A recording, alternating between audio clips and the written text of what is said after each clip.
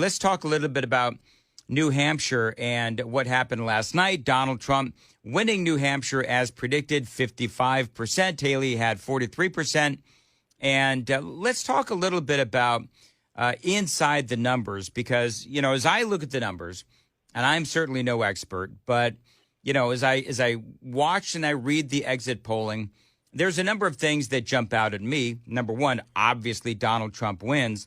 But number two is he got the Republican vote clearly, and he got the, and I'm air quoting here, the conservative vote as well. So it looks like where Nikki Haley won was some of these sort of, you know, independents or the undeclared, these folks that maybe were, you know, Democrats and then they undeclared and they went into the, Republican primary. What is your take on all of these numbers? And at the end of the day, I guess it doesn't matter, but, you know, Donald Trump won. You're absolutely right, Dan. And I think you do look at the numbers, and the exit polling showed that more Democrats turned out in this Republican primary, more independents, and New Hampshire is storied for its independent streak. But this is still a commanding victory for Donald Trump, and it shows there is no path forward for Nikki Haley in this primary contest. Looking at South Carolina, which is a little more than a month away, she is Donald Trump continues to rise in the polls. According to the most recent poll, he's up at about 61% in South Carolina. But parsing out the numbers in New Hampshire and looking at the results and reactions from reporters who were on the ground there interviewing voters, it did seem like a lot of the voters who crossed over did so to play a part in the Republican primary, in what Rush Limbaugh used to call Operation Chaos for Republicans, and it just didn't manifest. And if that's what Nikki Haley was banking on in New Hampshire, she's certainly not going to get it in South Carolina, Nevada, or any of the other primary states. So this was a last-ditch effort. Coming out of Iowa, she claimed second place, and that was false. And there's only so long you can go with your own messaging points before voters just realize you're not going anywhere. And I think that's where Nikki Haley is today. And the big point here is, at the end of this, the donors who are backing her, those who pony up for high-dollar events in New York City or D.C., they're going to stop giving money. And with no money for a presidential campaign to operate in multiple states in one time, she's going to run out of steam, and there won't even be the infrastructure for her to carry out a nominal or successful primary campaign. One of the things that David Axelrod pointed out, and I'm no fan of David Axelrod, but I do believe that he's a smart guy, is that she doesn't want to be embarrassed in South Carolina, where Trump is up in the polling. I mean, all the polling shows, the Real Clear Politics polling average, I think, has Trump up like 35 in South Carolina. And so she can talk all she wants about how the people of South Carolina, I played the audio a few minutes ago, about how the people of South Carolina won't forget that she did, and you just, all of her accomplishments that she was touting for South Carolina. But is it better for Nikki Haley politically to drop out before South Carolina if she wants to continue on with an eventual political career? Because if she continues to go into South Carolina, where she was governor for 2 terms, and she gets her hat handed to her, that's going to look really bad for her politically. It really depends on if she believes her own messaging points. If she believes what she said on stage last night, and as an aside, her campaign election night party was playing CNN. I guessed, when was CNN going to call it for, even after Associated Press called it at 8:03. This is a no-win situation for her going into South Carolina. If it plays out like the polls show, it'll be a crushing defeat there. And then there's the question of, what's her path forward politically at all? And as I said on the program earlier, Republican primary voters, I encourage you to think about, list 10 Republicans who have run before for president. These individuals show up for a cycle or two, and then they fade back into the background. And Nikki Haley is in danger of fading back into the background, and maybe, the second place trophy is a leadership pack, but she doesn't she doesn't manifest as a candidate again. She may show up on CNN as a pundit or something, but there is not a political future for her if she continues to get crushed every step of the way. So I thought this was interesting. Matthew Hurtt joining us, Grassroots Political Analyst for Nashville's Morning News. How passionate were each candidate's supporters? Just 29% favor Haley passionately. 80% strongly supported Donald Trump. I think that plays into what you were talking about and what I know that you and I have spoken about several times, which is, Trump, here we are once again talking about how the man is a movement. I mean, this isn't just a campaign. He is clearly somebody that is connecting with his supporters, and he is somebody who, as this guy, I think his name is Dean Phillips, was saying, this guy running against Joe Biden. We'll get to him in a second. But, he talks about how this is the only guy that people feel like is listening to them. You played that clip of Dean Phillips before the break, and he's absolutely right. People who support Donald Trump, who are going to brave the elements and vote for him in a primary, are more enthusiastic. He has a strong base of support. And what we saw in New Hampshire, and I listened to it, I listened to the public radio to see what the Democrats were saying.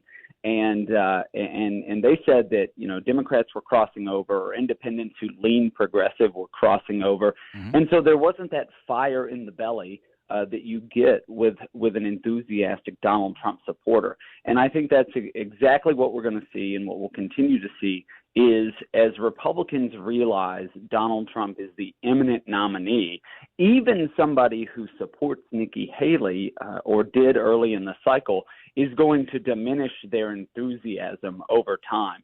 We talked about in a former program that Ron DeSantis, his supporters, many of them likely went to Donald Trump. Very few of them went to Nikki Haley, and there is this strong, as Senator Rand Paul articulates it, this never Nikki movement of people who don't want a Dick Cheney, George W. Bush, John Bolton version of the Republican Party that is aggressive abroad and is in relation with the corporate interests in America. And I think that is really shown up in the New Hampshire electorate. WTN Grassroots Political Analyst Matthew Hurtt is joining us on the Newsmaker Hotline. This was Ron DeSantis. This was last evening before all the results came in. But, he was issuing some dire warnings. And by the way, CNN was leading with this at like 4 o'clock in the morning. Dire predictions from Ron DeSantis. I did observe that. I mean, I observed voters who are conservative voters who voted for Trump in 16 and 20. And he said, they're just not doing it again. And I think that was part of the reason why the turnout was low, because people had been told it's a fait accompli. Trump's up so much in the polls. He's got the nomination. And I think they're just like, you know what, we're doing this again. And they're checked out. So it's a huge warning sign for Republicans nationally based on what we saw in Iowa. It'll be interesting to see what the New Hampshire results show. I mean, Trump's going to win that going away, but what's the overall turnout? They were predicting record turnout. I don't think it's going to be record turnout, but I think to the extent turnout's up, it's probably going to be up amongst the more liberal voters who are coming out. All right, so that is Ron DeSantis, and it turns out there was a big turnout amongst conservatives, amongst Republicans, amongst Donald Trump supporters. Semaphore reporter Dave Weigel said that Donald Trump was on track to win the highest number of raw votes cast in the Republican primary in New Hampshire.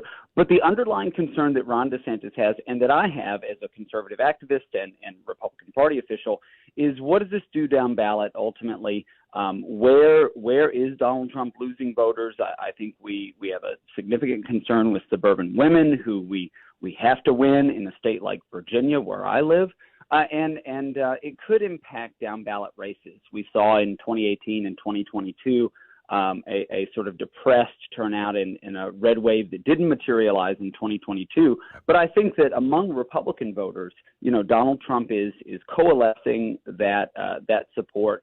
And then it really is going to be up to him in Iowa, the night of the Iowa caucus. Donald Trump gave this magnanimous speech about unifying, and I think that if he can carry that kind of message into a general election and draw a contrast with Joe Biden, who denied that Governor Glenn Youngkin in Virginia was even the governor at an event yesterday. I think that Donald Trump has a tremendous opportunity. It is up to him, and it's up to the campaign to make that case. But I certainly think there's an opportunity to attract those voters. And for your listeners who may not want those kinds of people involved in Republican Party politics, they don't have to show up at your committee meeting or at your county party meeting, but we do have to get them on election day or beforehand for this to play out the way that we want in November. There is a really intriguing story out there, and I'm going to be perfectly honest with you folks. I don't know all the details. What I need to do is do some deep dives into this, but Kari Lake is out there saying, and there's audio on this, Kari Lake is out there saying that there were some people on the East Coast who tried to bribe her into not running for the Senate. This is one piece of audio. I'll be able to play more of the audio probably in the next hour, but this is the story. This is the audio that somebody recorded. I don't know if it was Kari Lake, but this is the bribe attempt of officials trying to get her to not run for the Senate in Arizona. So the ask I got today from back east was, this has to stay from us. Is there any companies out there or something that could just put her on the payroll and give her to keep her out? And I said, well, what do you want them to do? Like, whatever we need to do. This is about defeating Trump. And I think that's a bad thing for our country. So she stood her ground. And so basically, and I'll cut to the chase, Republican official basically asking Kari Lake, what will it take to keep you out of the race? And so then she says, this is not about Donald Trump. It's not about me. It's about America. And the guy eventually says, and I've got the audio, the guy eventually says, name your price.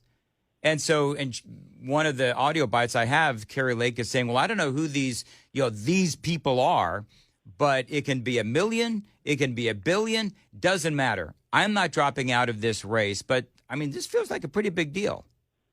My friends in Arizona, and particularly the Republican Party, have been in some hot water for a while electorally.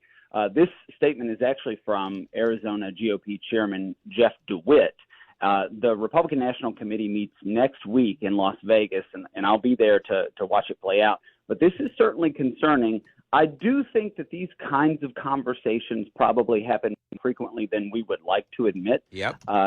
Oftentimes, there's a popular candidate who is coming into the scene, and they want to clear the path. And there are a number of ways to clear the path. The way that you don't clear the path is through bribery or perceived bribery, and it looks like this is what is taking place. What was brilliant, whoever recorded this, you make sure that you're in a one-party consent state so that you can record without the other party's understanding. But any of these kinds of high-caliber, high-profile conversations, you probably want to have your phone recording the entire time, just because you will catch something like this, and this certainly plays well for the Kari Lake campaign. She's now called on the state party chairman to resign. The newspaper in Arizona has called into question his leadership. There will be a tremendous amount of pressure for him to step down, especially if Kari Lake is on track to secure the nomination. And this is a problem with insider politics, and I don't like to see it. I think that the voters should decide in these processes, and it's very likely that Kari Lake will be the U.S. Senate nominee.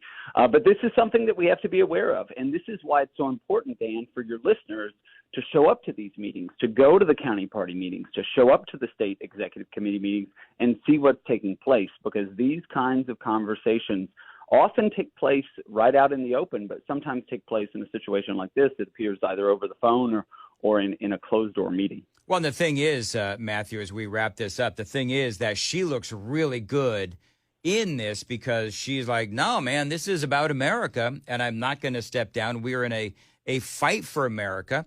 And so she basically told the, whoever these are, the consultants and what have you that wanted her out of this race, she basically told them to go pound sand. And we'll leave it there with Matthew Hurtt on Super Talk 99.7 WTN. Very quickly, Matthew, how can people find you on Twitter? I'm on Twitter at Matthew Hurtt, MatthewHurtt.